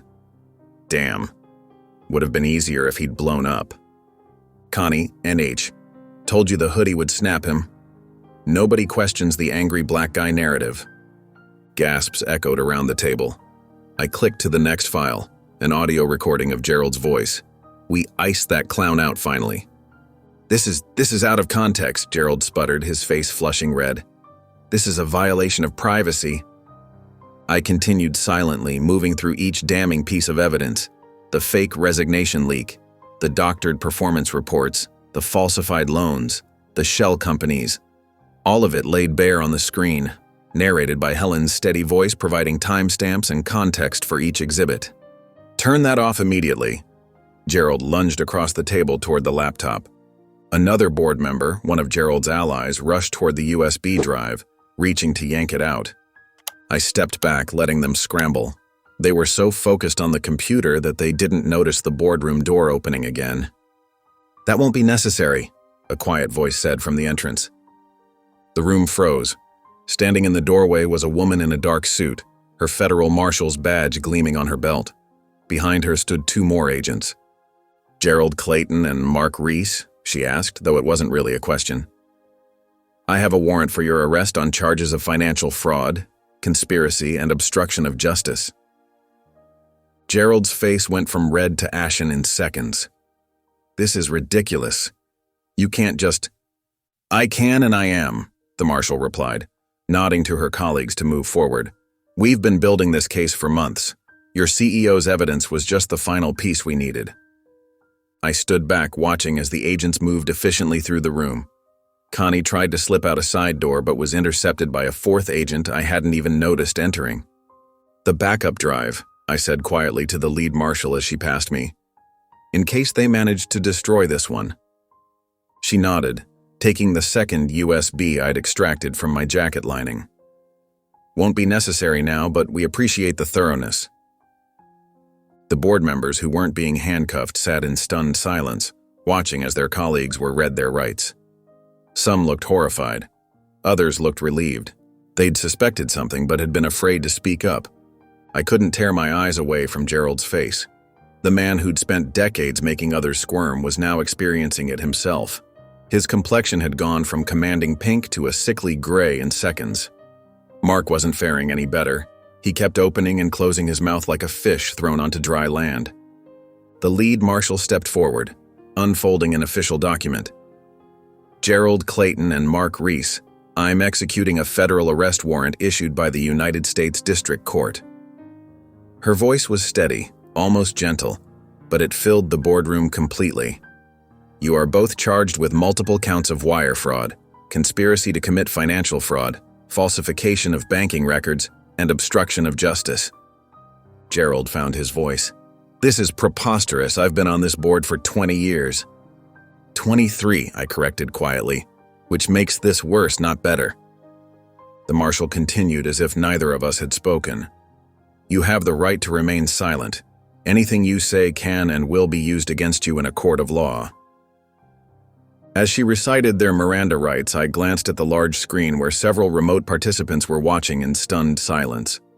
Connie's face filled one of the squares, her expression cycling rapidly between disbelief and panic. She suddenly reached forward, clearly trying to disconnect from the meeting. Ms. North Hills won't be going anywhere, said one of the other agents, looking up from his tablet. We've already dispatched officers to her location. She's been geolocated and will be in custody within minutes. I couldn't help the small smile that tugged at my lips. Connie had been so concerned about what I looked like in a hoodie, she never considered how she'd look in handcuffs. This is a setup, Gerald protested, his voice rising as agents secured his wrists behind his back. This man, He jerked his chin toward me, is trying to stage a hostile takeover of the board. The marshal paused, looking at him with something close to pity. Mr. Clayton, we've been investigating your financial activities for the past 14 months. This arrest was going to happen regardless of today's events. That silenced him. The realization that he'd been under surveillance long before our confrontation seemed to deflate whatever righteous indignation he'd been clinging to. Mark, always the follower, had gone completely silent. His eyes darted around the room, perhaps searching for sympathy, finding none. The other board members had physically distanced themselves, sliding their chairs away as if fraud might be contagious. We have documented evidence of at least 37 falsified loans processed through shell companies, all traced back to accounts you control, the marshal continued. The evidence provided by your CEO corroborated our existing case and helped us identify additional co-conspirators. I watched as both men were fully handcuffed. There was no shouting, no dramatic resistance, just the quiet click of metal and the rustling of expensive suits. In movies, moments like this are loud, chaotic. In reality, the fall of powerful men happened with the quiet dignity of a funeral. The remaining board members sat in stunned silence. Some looked genuinely shocked, while others wore expressions that suggested they'd suspected something all along, but had been too afraid or too complicit to speak up. The lead marshal nodded to her colleagues, who began escorting Gerald and Mark toward the door. As they passed me, Gerald stopped, forcing his escorts to pause. "You think you've won?" he hissed, low enough that only I could hear. "This company will never survive what's coming." I leaned in slightly. "That sounds like a threat, Gerald. I'd be careful. You're already facing enough charges." The agents resumed guiding them out. Through the glass walls of the boardroom, I could see other employees watching wide-eyed as two of our most senior executives were led away in handcuffs. Once they were gone, a heavy silence blanketed the room. The remaining board members exchanged uncertain glances. The chairman, who had wisely remained neutral throughout Gerald and Mark's schemes, cleared his throat. "I believe we need to suspend today's vote given these extraordinary circumstances." I looked around the table at each face. These were people who had been prepared to remove me based on manufactured evidence. Some had been active participants, others had been willing to look the other way. All of them needed to understand what happened next. I straightened my hoodie, the same one Connie had found so threatening, and placed both hands on the table, leaning forward. "No," I said firmly, "we don't suspend anything." The chairman blinked. "But surely with two board members in custody." "The merger vote was scheduled for today," I continued, my voice calm but unyielding. "And it will happen today." I walked slowly to the head of the table, my rightful place, and took the seat that Gerald had been occupying minutes earlier. The leather was still warm. "Now," I said, looking each board member in the eye, "let's finish the merger, under my terms." I sat alone in my office as afternoon light slanted through the windows, casting long shadows across the merger documents spread before me. The boardroom drama from earlier had left me wired, adrenaline still humming beneath my skin, but I forced myself to focus. This was too important to rush. $1 billion. The number itself was staggering, but what it represented mattered more. This merger would secure the future of everything we'd built, everything we'd fought for. I turned each page methodically, running my finger along every line of legal text, checking for hidden traps or loopholes. The new structure I'd insisted upon removed the executive override provisions that Gerald and Mark had so carefully embedded. No more backdoor channels, no more secret approvals. Every major loan, every significant financial decision would require transparent documentation and multiple sign-offs. The days of shadow transactions were over. My phone buzzed with messages from reporters seeking comments about the arrests. I ignored them all. There would be time for statements later. Right now, I needed absolute clarity. A soft knock at my door pulled my attention away from paragraph 37, subsection C. "Come in," I called, not looking up. The door opened and closed quietly. I recognized Helen's perfume, subtle lavender with notes of cedar, before I saw her. When I finally glanced up, she was standing across from my desk, her silver hair catching the late afternoon light, her eyes bright with something I hadn't seen in weeks. Peace. "How's it looking?" she asked, nodding toward the stack of papers. "Airtight," I replied, tapping the document. "Legal went through it line by line after we revised the terms. No wiggle room for creative accounting." Helen smiled, the kind of smile that reached all the way to her eyes, crinkling the corners. She'd been with the company longer than almost anyone, had seen it grow from a regional player to a national force. This victory belonged to her as much as to me. "The board members are in damage control mode," she said, lowering herself into the chair opposite my desk. "3 of them have already called me, swearing they had no idea what Gerald and Mark were up to." I snorted. Amazing how selective memory can be when federal charges are involved. "People will align with whoever holds power," Helen said, shrugging. "That's always been true. What matters is what you do with that power now." She was right, of course. Helen had always been right about the things that mattered. When I was just starting out, she'd seen something in me that others hadn't. She'd mentored me, challenged me, believed in me when the odds seemed stacked against us both. "I couldn't have done this without you," I said, the words feeling inadequate for the debt I owed her. Helen waved away my gratitude. "You would have figured it out eventually. You're stubborn that way." She reached into her jacket pocket and pulled out a sleek fountain pen. It was heavy, old school, the kind of pen people used to sign things that mattered.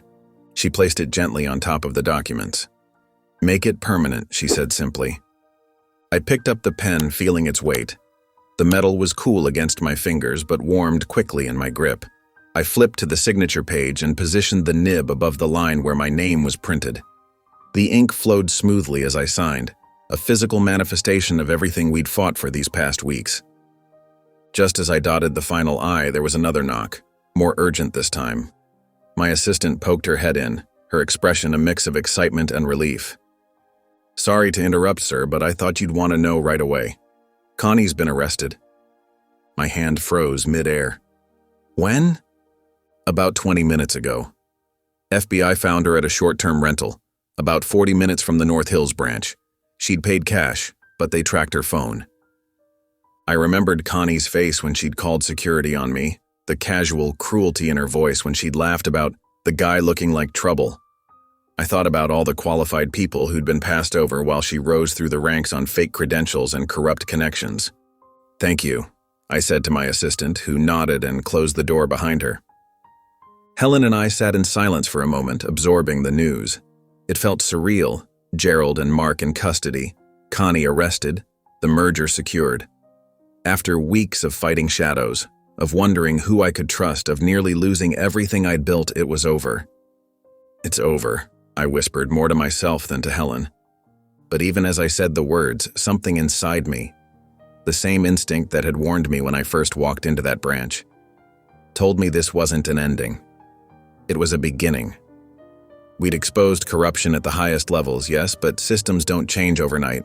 There would be resistance, backlash, people who preferred the old way of doing things. I looked down at my signature, still drying on the page.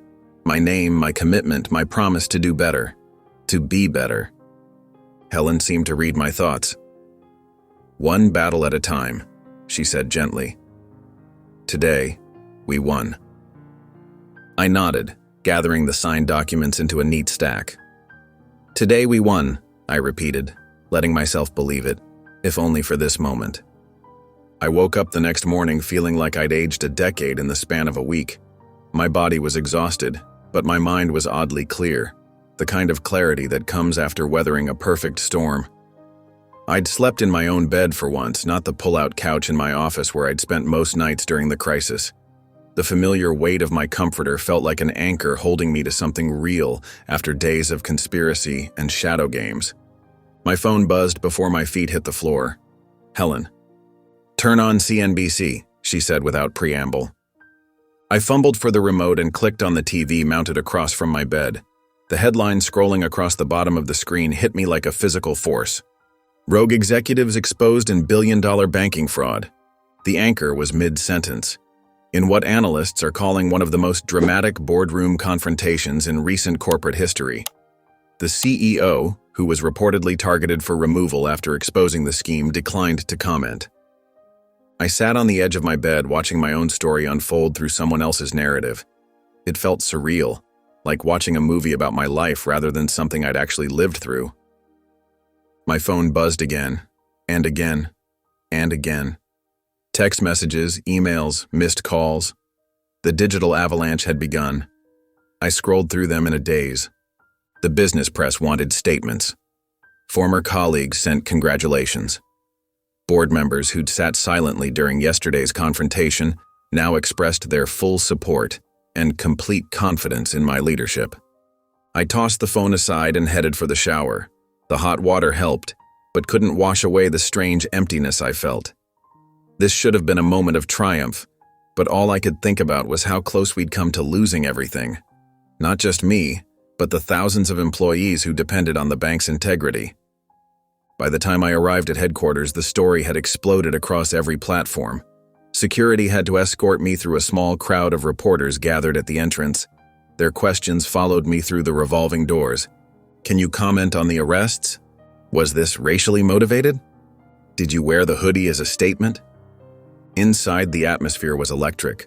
Staff members stopped what they were doing as I walked through the main floor. Some applauded, others nodded with newfound respect. A few looked away, perhaps wondering if they'd been complicit through their silence. My assistant met me at the elevator, tablet in hand, already managing the chaos. Your inbox is flooded, she said, stepping into the elevator beside me.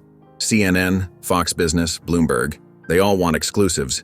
The chairman called twice, and HR needs guidance on how to handle the North Hills branch situation.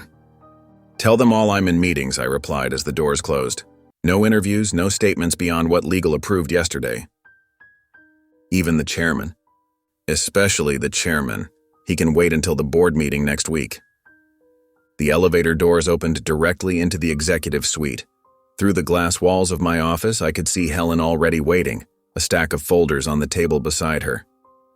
You're all over the news, she said as I walked in, gesturing to her phone. They're calling it the hoodie confrontation. It's trending.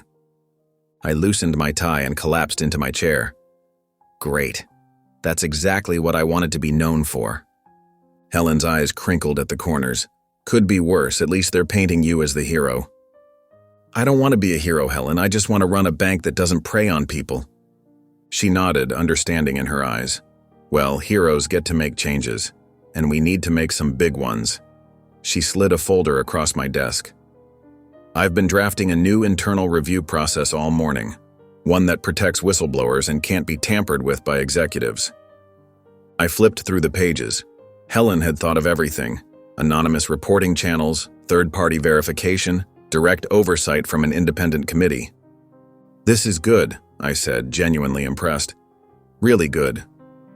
It's a start, she replied. But culture doesn't change with paperwork alone. You need to be visible, present, show people what leadership actually looks like.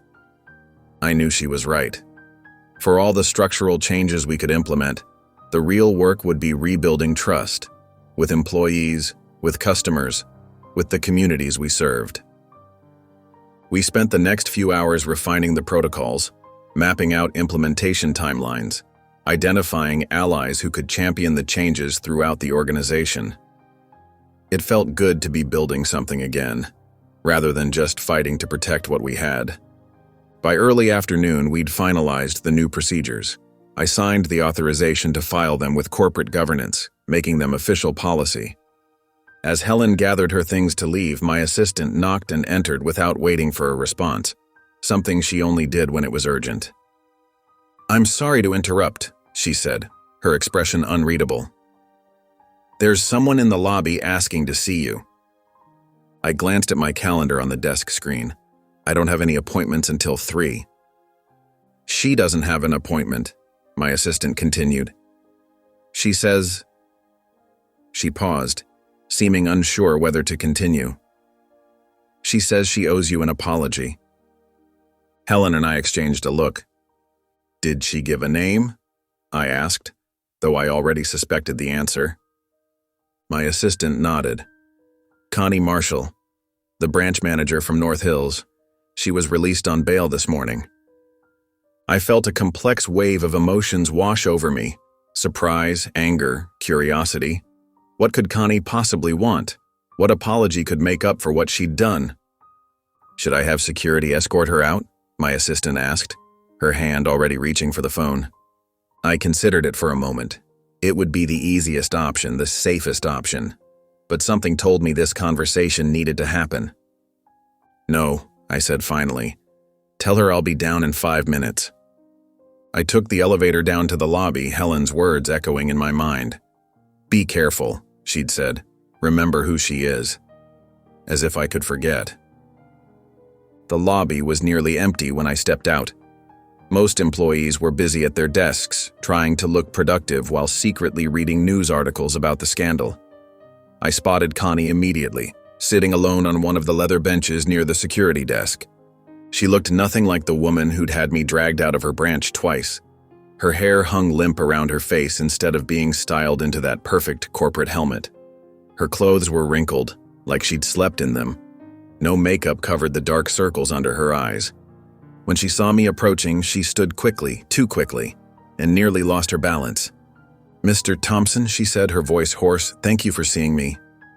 I didn't offer my hand, didn't smile, just nodded toward a small conference room off the lobby.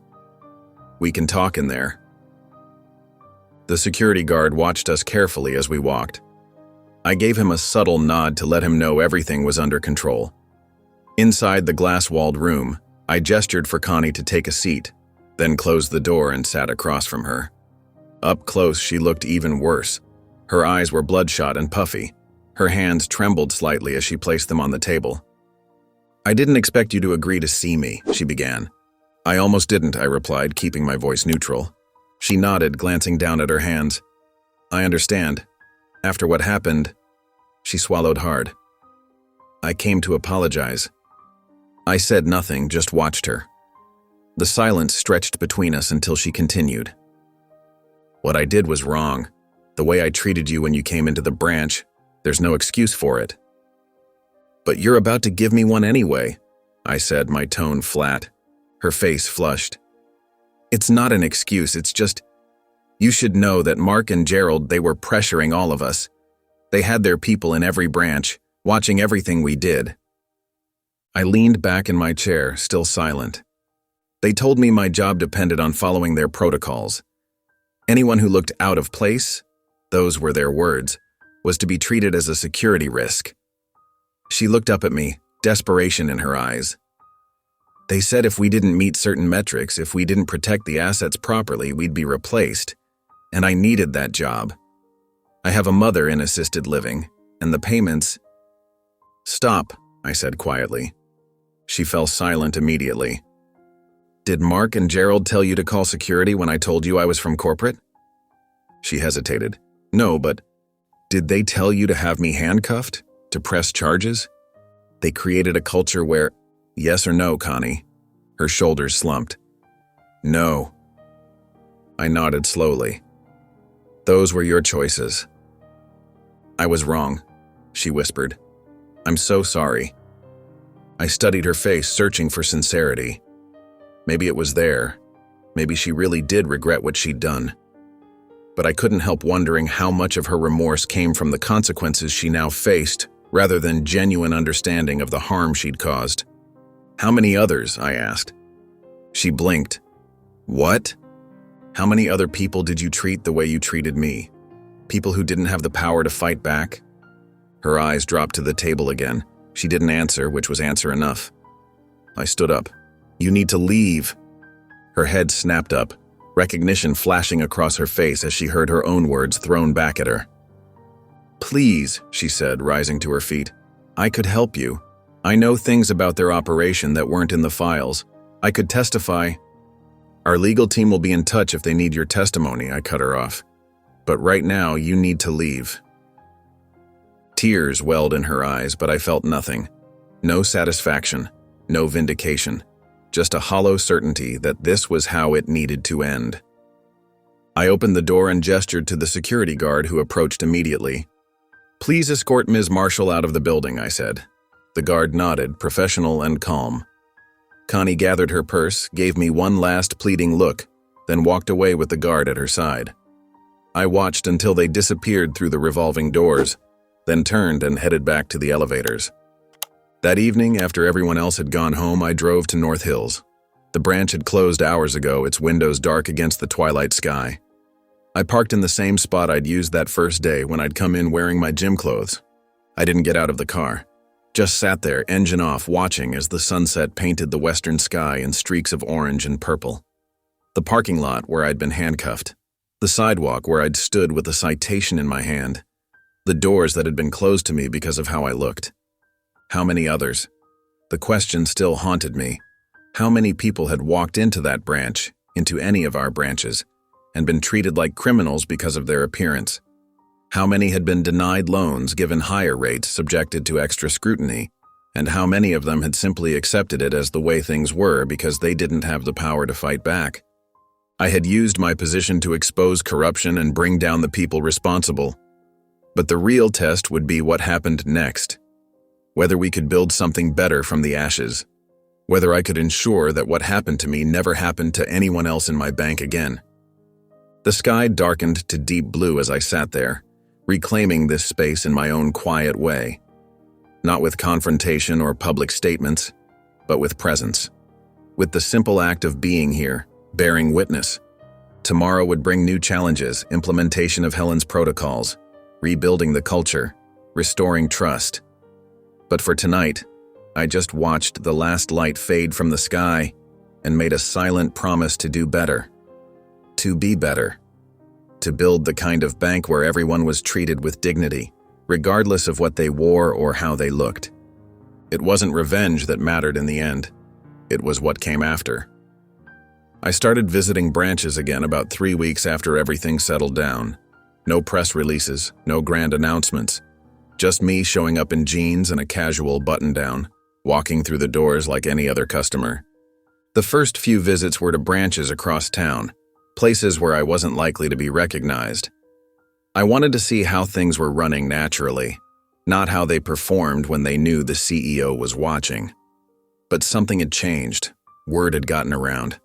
Not just about what had happened with Gerald, Mark, and Connie, but about how it had started, with me in a hoodie, being profiled at my own branch.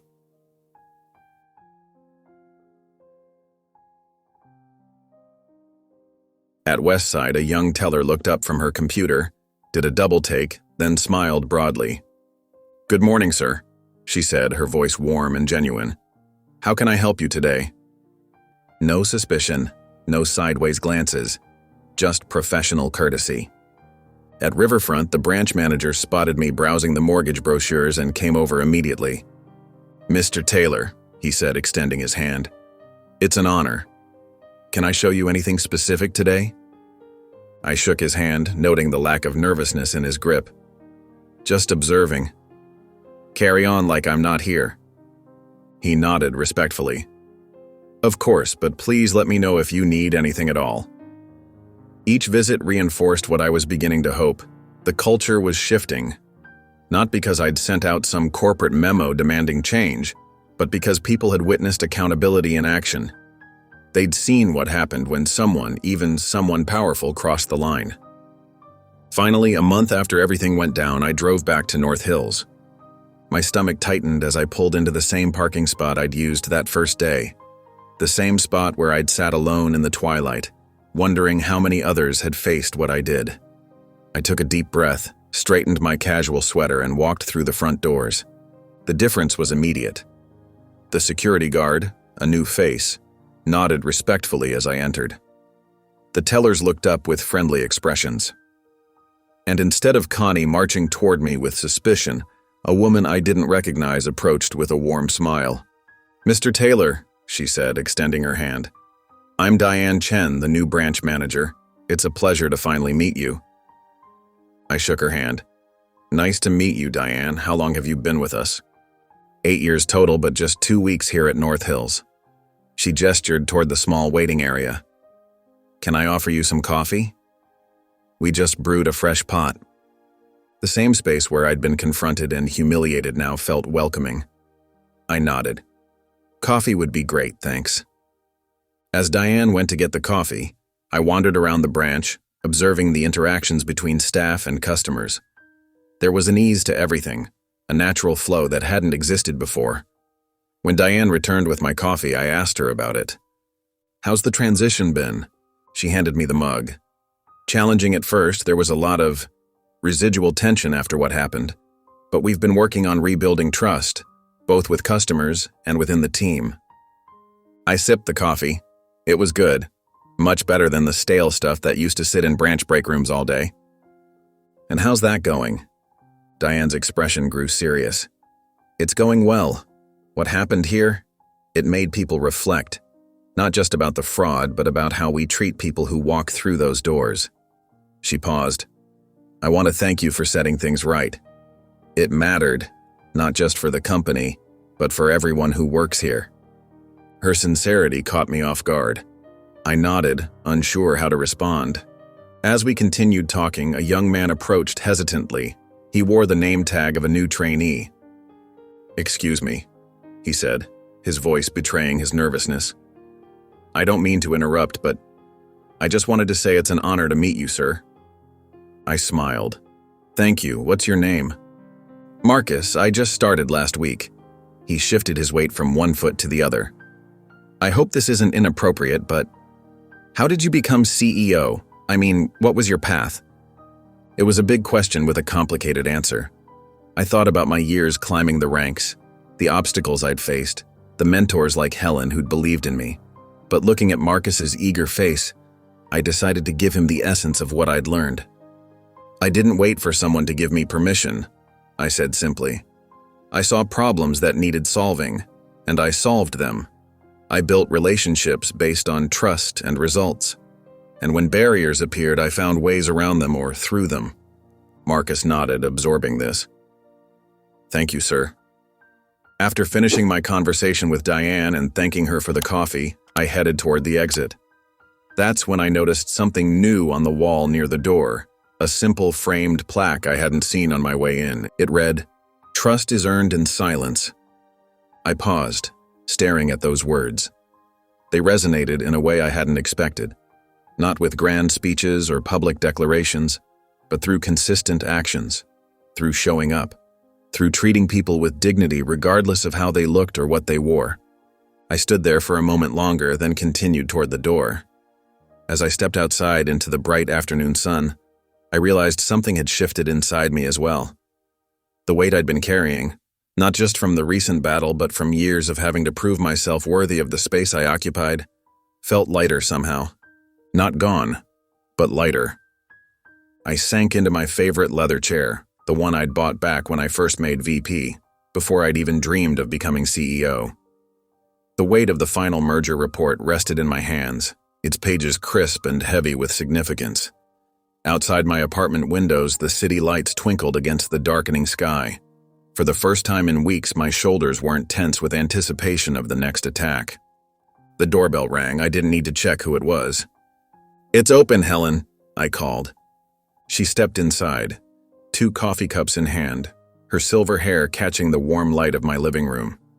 Her eyes, sharp as ever, took in the scene. Me, in casual clothes, surrounded by papers, the TV silenced. "You're actually relaxing," she observed, handing me one of the coffees. "I wasn't sure you remembered how." I accepted the cup with a grateful nod. "I'm trying to relearn. It's been a while." Helen settled into the chair opposite mine, crossing her legs with the same elegant efficiency she brought to everything. For a moment, we just sat in comfortable silence, sipping our coffees. "Have you read it all?" she asked, nodding toward the merger report. "3 times, I admitted. Every clause, every provision. It's airtight. The new oversight committee can't be stacked or bypassed.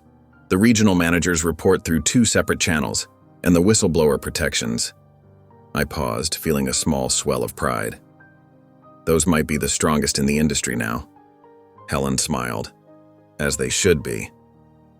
I set the report aside and raised my coffee cup. To clarity. Her eyebrow arched slightly. "Not revenge?" "No." I shook my head firmly. Revenge would have been just about hurting them. This was about seeing clearly, and making sure everyone else could too. Helen's smile deepened as she raised her cup to meet mine. To clarity, then. We both drank, and I felt the warmth spread through my chest. Not just from the coffee. You know, Helen said after a moment, when I first met you, 12 years ago, I knew you were different. Because I was the only black man in that leadership training cohort? I asked, half joking. She fixed me with that penetrating gaze of hers. Because you were the only one who asked questions about the why, not just the how. The others wanted to know how to climb faster. You wanted to understand the purpose of each rung on the ladder. I hadn't thought about those early days in a while. You took a chance on me. No, she corrected firmly. I recognized what was already there. Big difference. I nodded, accepting the distinction. My gaze drifted to the coat rack by the door, where the gray hoodie hung, the same one I'd worn that day at North Hills when Connie had me thrown out. The same one I'd worn to the boardroom when everything changed. What are you going to do with that? Helen asked, following my gaze. Keep it, I said simply, not as a trophy, as a reminder. Of what they did? I shook my head. Of who I am. Of what matters. Helen nodded, understanding in her eyes. I reached for the small leather-bound notebook on the side table. It had been a gift from my grandmother when I graduated college, the first in our family to do so. I'd used it sparingly over the years, saving it for ideas that really mattered. I've been thinking, I said, opening to a fresh page, about all the talent we might be missing. Go on, Helen encouraged. People who don't fit the traditional banking profile. People who might walk into a branch wearing the wrong clothes, or speaking with the wrong accent, or coming from the wrong neighborhood. I began sketching an outline on the page. What if we created a leadership initiative specifically focused on finding that talent? Not just diversity hiring, though that matters, but actively seeking out people with potential who might otherwise be overlooked. Helen leaned forward, interest sparking in her eyes. You'd need to start with branch-level identification. Train managers to recognize qualities beyond the superficial. Exactly, I continued writing. And mentorship programs, real ones, not just checkbox exercises. You'll face resistance, she warned. I smiled slightly. I'm counting on it. That's how we'll know we're pushing in the right direction. We spent the next hour refining the concept, the coffee growing cold as our ideas heated up. By the time we finished, the notebook page was filled with bullet points, arrows, and circled concepts. Helen stood to leave, gathering her coat. You know, most people would take a vacation after what you've been through. I closed the notebook, feeling more energized than I had in months. This is better than a vacation. She shook her head, but her expression was fond. I believe you actually mean that. After Helen left, I returned to my chair and looked out at the city. The first hints of dawn were beginning to lighten the eastern sky. A new day rising. Quiet, steady, earned. The merger report sat completed on the table. The hoodie hung peacefully on the rack. The notebook waited, filled with possibilities. For the first time in longer than I could remember, I felt completely present. Not fighting yesterday's battles or bracing for tomorrow's wars. Just here, in this moment, with work that mattered ahead of me. The company was secure, the culture reset, the rot removed, and I was still standing. Stronger, maybe, for having weathered the storm.